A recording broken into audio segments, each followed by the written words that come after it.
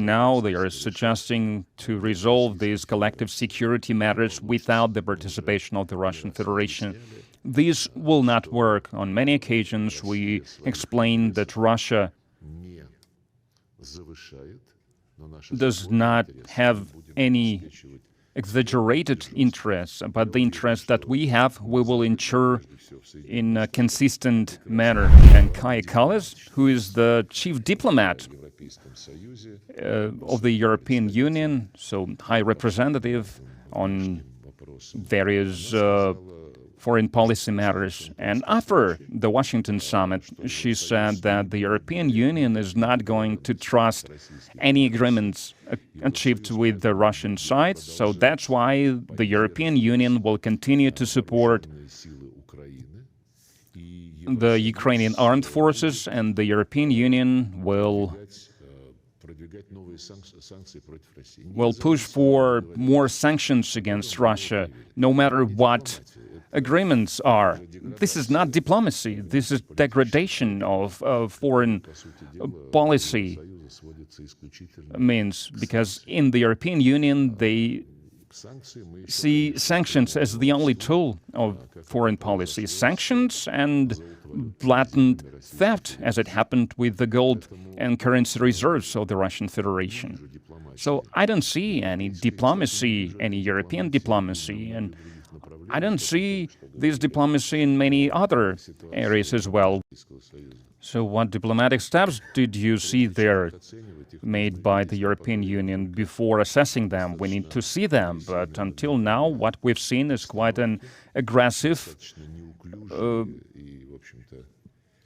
stirring of the situation and pretty awkward, unethical attempts to change the position of the Trump administration and his personal stance, as we saw when Europeans escorted President Zelensky, Mr. Zelensky, to Washington this Monday.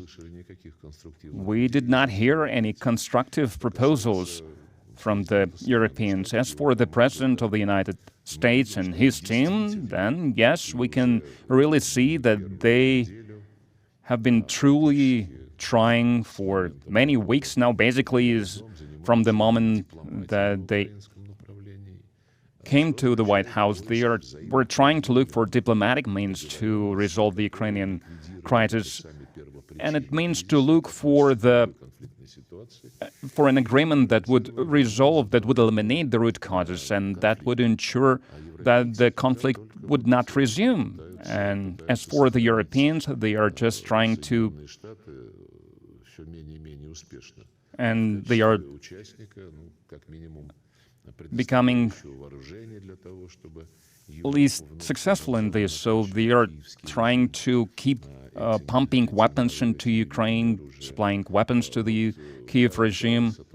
President Trump said that France, Germany, and the UK want to deploy their troops in Ukraine, and he also does not rule out the possibility of Washington providing the aerial support. So what does Moscow think about this statement?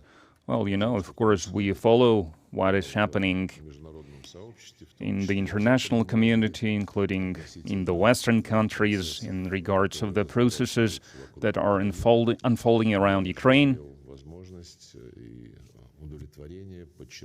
I have already had the satisfaction to emphasize that we can see that our counterparts in the United States more and more clearly see the need to eliminate the root causes of the crisis and not try to support those who are using some beautiful words about the need to have immediate ceasefire, but at the same time they are saying that this ceasefire does not mean that the weapons will not be supplied to Ukraine anymore. Such statements were made by President Macron, for example.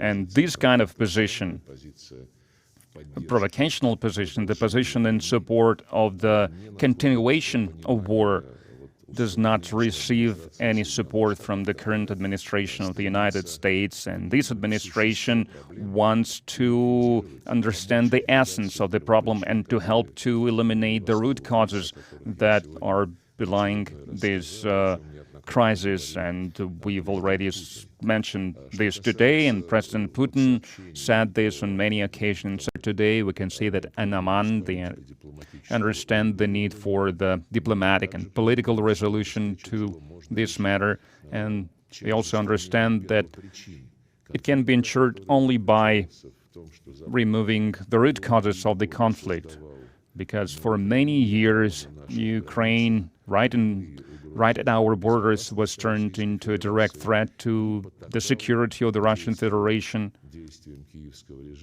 and the West supported the actions of the Kiev regime that took power after a coup d'etat in 2013, and this Kiev regime was trying to eradicate everything Russian and all the Russian-speaking population. Thus, they've been violating the UN Charter that demands to protect the language rights and religious rights of all the people, and violating the proper constitution of Ukraine as well by doing so. We've informed our dear guests about the dialogue that has been intensifying recently between the leadership of Russia and the United States in the context of looking for ways to help accomplish a fair resolution to the situation in Ukraine and around Ukraine.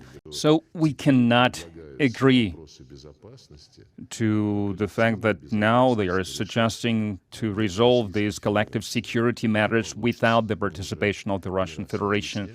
This will not work. On many occasions, we explained that Russia does not have any exaggerated interests, but the interests that we have, we will ensure in a consistent manner. And I'm sure that in the West and in the United States, they are perfectly aware of the fact that to discuss the security matters without the Russian Federation is a path that is leading to nowhere.